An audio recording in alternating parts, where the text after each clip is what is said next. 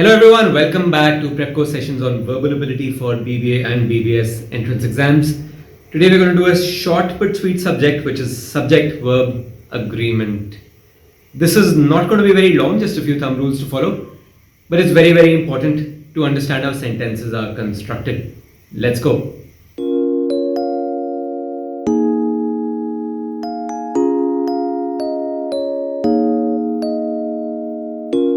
What's up guys, welcome back to Prepco sessions on verbal ability. This is basic grammar, subject-verb agreement. It's going to impact your grammar no matter what course you're doing, what test you're sitting for.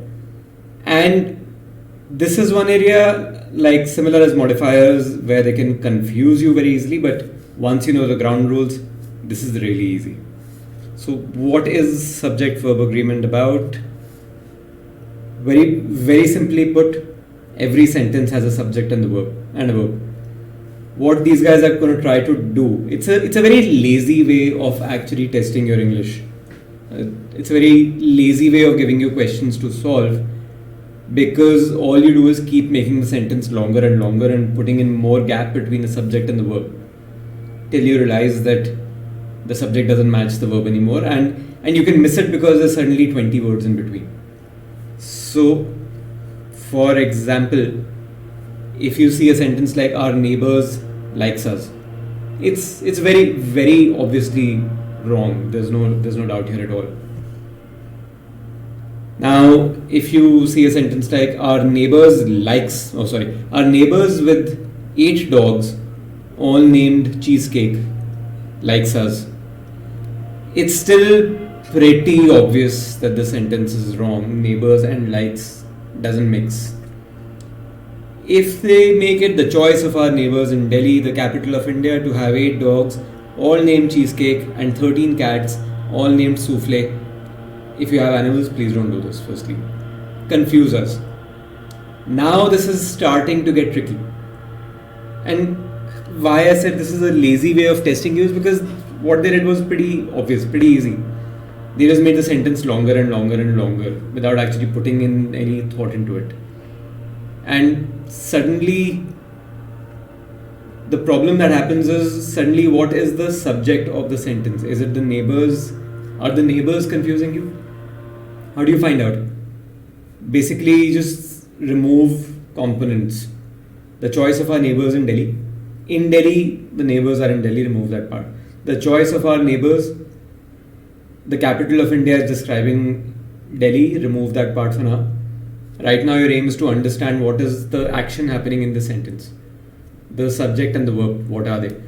The choice of our neighbors to have 8 dogs, remove the names, and 13 cats, remove the names, confuse us. The choice of our neighbors confuse us once you've removed everything else. Of our neighbors is also a modifier. The choice confused us.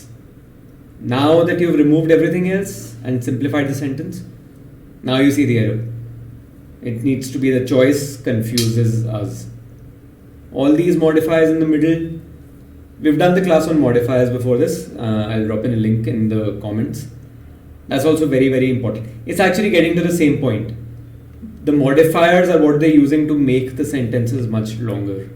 And the disconnect between the subject and the verb is what they're using to confuse you. So the choice blah blah blah blah blah confuses us. The key is to simplify. What is the sentence talking about? What is the subject of the sentence? What is the verb? Are they matching? Literally the topic is subject-verb agreement, and that's all it means. We've just done this sentence. The construction of a strong bridge between Mumbai and Navi Mumbai will be able to bear the load of thousands of vehicles every day. Once again, remove the additional descriptions, relationships, modifiers, and you're left with the construction will be able to bear the load, which doesn't work. The construction is not going to bear the load. So this is actually a bit of a sidebar. This is a modifier problem, not per se a subject-verb agreement problem. But again, it is the same the same context, the same kind of problem, the same kind of method they're using to confuse you. Here, the bridge has to be able to bear the load, but the sentence makes it seem like the construction has to be able to bear the load, which doesn't work. How do you understand what parts of the sentence you can remove? This is a general piece of advice. This won't apply always, but look at the prepositions. The construction of a strong bridge between Mumbai and Navi Mumbai. So between Mumbai and Navi Mumbai, remove it. It's talking about the bridge. Of a strong bridge, you can remove it. It's talking about the construction. The construction is the subject of the sentence. Will be able to bear the load of thousands of vehicles every day. More examples. In an overcrowded and overpopulated area, the tendency of stray and feral cats who scavenge for food from garbage left outside by humans are likely to grow in number. Simplify, simplify, simplify. Remove everything else and you're left with the tendency are likely to grow in number. So there are multiple problems in this sentence, both related to the subject. The tendency is singular. You can't say the tendency are likely to grow. And secondly, the tendency will not grow in number. The tendency it can just grow. So you're left with, in an overcrowded and overpopulated area, the tendency blah blah blah blah blah is likely to increase. That would be the correct answer. And in fact, the other way to solve this is maybe the sentence is saying that the number of stray and feral cats is likely to grow. Again, not in number. You can't say the number is likely to grow in number. The number is likely to increase. The right answer will be one of these. They can't give you both and ask you to choose. Singulars and plurals are the crux of this, basically. Singular subject, singular verb. Plural subject, plural verb. It is actually as simple as that. He goes versus they go.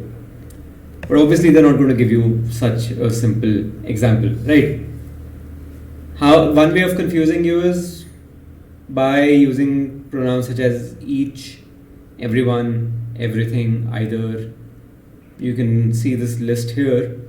These are all singular pronouns. None of these is going to be plural. You can't say somebody are at the door. Whoever are at the door.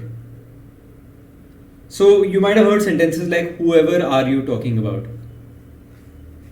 How is there an are there? So two things. One is there, whoever is not replacing the subject. You are talking about someone, right? So the are needs to match you. You can't say whoever is you talking about. Secondly, whoever is replacing the object, not the subject, therefore it needs to be whomever. That's very, very important. The difference between who and whom. And all either of us is going, neither of us is going. These are all always singular. This is also a very common problem. You might have heard sentences like either of us are going. No.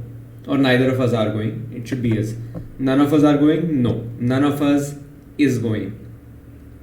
Whoever is at the door, each of them is going. Now we get to some more tricky parts. Sorry. What if my brother is going? That's fine. My sisters are going. That's fine. Either my brother or my sisters dash going. Is going or are going? Neither my brother nor my sisters are / is staying. How do you solve this problem? Basically, whichever subject is closer to the verb, that's what you go with. Going there are either my sisters or my brother. That's a very complex, very convoluted sentence construction, but it's perfectly valid. Is either my brother or my sister is going? Why are we using is? Because my brother, the subject, my brother is closer to the verb. Are either my sisters or my brother going. Are is the verb here. It's closer to my sisters, therefore we use the plural form. And there is no problem. My brother and my sisters are going, my sisters and my brother are going. There's no doubt here. Another complication. My brother as well as my sisters is going. My sisters along with my brother are going. Why? Because as well as and along with are not the same as and. Also together with. Here, look at the first sentence. My brother as well as my sisters is going. Why are we saying is here? Because the subject of the core sentence is actually my brother is going. And now you want to add more information. Therefore, you say my brother as well as my sisters. The sentence stays the same, is going. Why is this different from and? Because, well, if the purpose of the sentence were to talk about both of them in equal measure, then you would just say and. My brother and my sisters are going. Here, you're using as well as or along with to differentiate. To say that, look, the focus is, the subject is my brother. Having said that, there are other people who are going with him. So we add them in, as well as my sisters. The reason you're using as well as instead of and is this. If they were both equally important, you would just say and. Also, more complications. 2/3 of rhinoceroses, definitely not rhinoceroses, that would be like a flower, are in danger because of the Assam floods. However, 2/3 of the rhinoceros population is in danger because of the Assam floods. What's the difference? In the first one, the subject is the rhinoceroses, plural. The second one, the subject is the population. So what are we saying here? Things like percentages, 2/3, 1/3. How do you choose what subject form to use? Just look at what's next to it. What's the actual subject? Rhinoceroses are in danger. The rhinoceros population is in danger. If you add 2/3, 1/3, whatever at the front, it doesn't make a difference. 60% of rhinoceroses are in danger. Same thing. Because 60% of the rhinoceros population is in danger. Some of the bread is stale. Some is not going to decide your subject form. Because you would say the bread is stale, not the bread are stale. Some of the slices of bread are stale. Some of the kids have left. Therefore, some, few, many, a percentage, a fraction, they will not determine your subject form. The verb form. The subject will determine the verb form.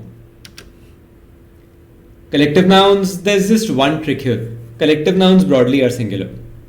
The team has decided. Our team has won. The jury has deliberated. The committee has decided. The association has reached a conclusion.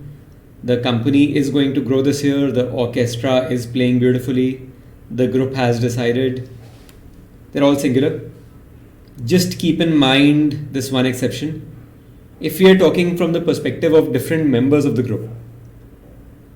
For example, if the jury members are unable to reach a conclusion. If the jury is acting as one, it's a singular. However, if the jury cannot act as one, then you use the plural form. The jury were unable to decide between themselves, because here the focus is more on the members of the jury. If you say the members of the jury, absolutely, very, very clearly it's going to be plural, because members is the keyword now. So, but even if you don't mention it, since we're talking about a case where the jury is not unanimous, there is no one core idea, comprehensive solution moving forward, you've actually split the jury into parts and you've made it plural. Let's take some quick examples. Many bird watchers or birders, as they prefer to be called. Just read the whole sentence actually. Let me just give you 15 seconds for that.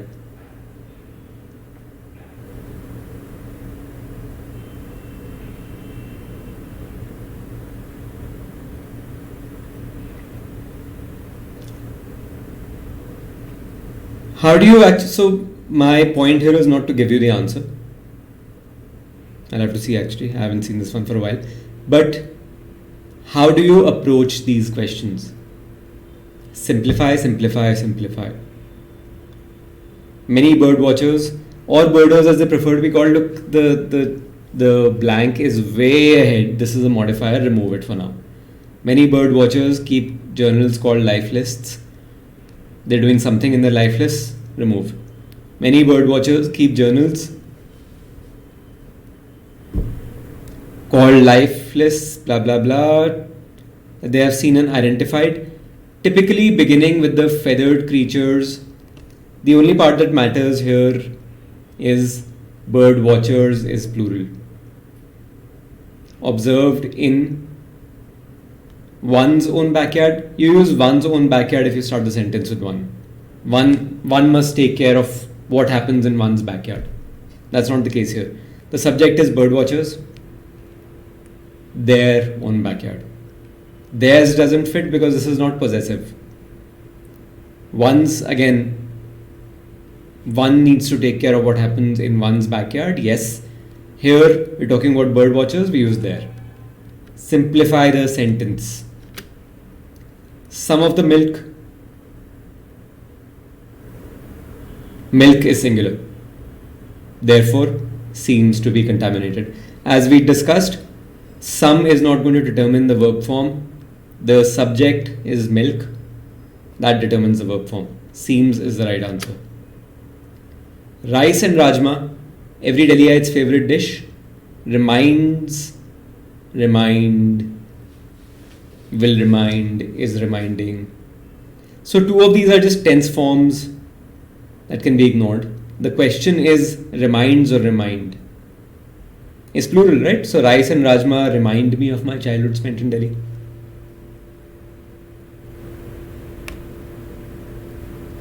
But reminds sounds correct. The key here is to look at the modifier. Here the modifier description becomes important. Every Delhiite's favorite dish. Not favorite dishes or ingredients or food types. Favorite dish. Therefore, rajma chawal here is one dish. We are not talking about rice separately and rajma separately and then rice and rajma become two subjects. No, this is one dish. Therefore, the right answer is reminds. In India, a large section of voters still. What is the subject here? Is the subject voters? No, it's vote. Oh, sorry, what am I saying? Is the subject voters or is it section?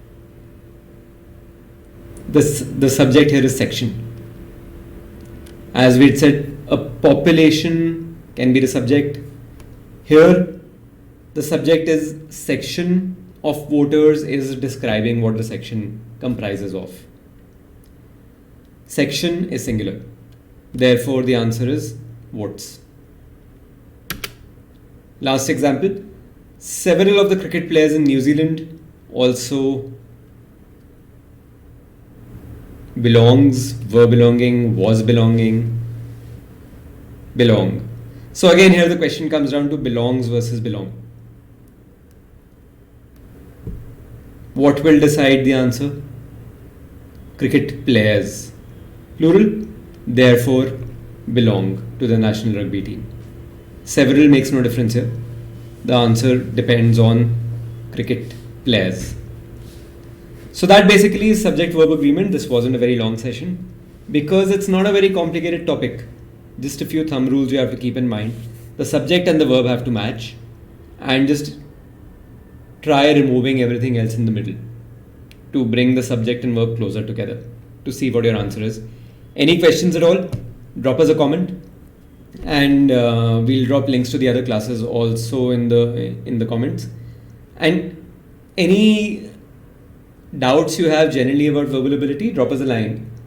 And keep an eye out for our other videos also. If you like this video, click like on this video, it really helps us. and subscribe to the channel. We'll be coming out with more content for across sections, across entrance exams. So yeah, see you soon in the next classes. Next class is going to be on tenses. Thanks guys.